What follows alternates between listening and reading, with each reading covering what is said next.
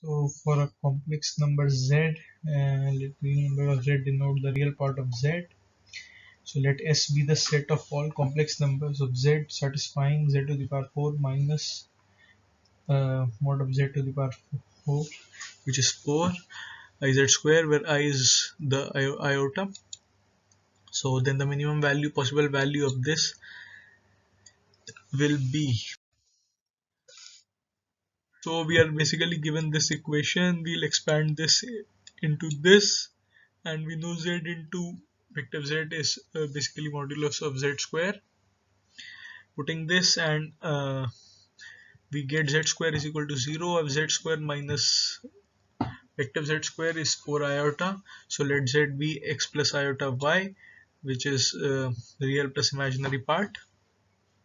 So putting this in place of z and solving, we get 4 iota xy is equal to 4 iota, which means 4 iota gets cancelled and xy is equal to 1. So now z1 minus z2 whole square is basically x1 minus x2 whole square plus y1 minus y2 whole square. On opening the brackets and solving it, we get this. Also, am is greater than or equal to gm.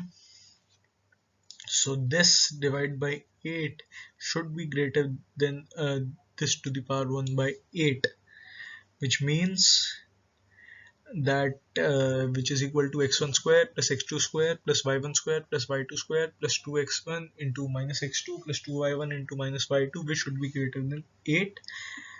Therefore x1 y1 is 1 and x2 y2 is also 1, and this is the graph representing this equation.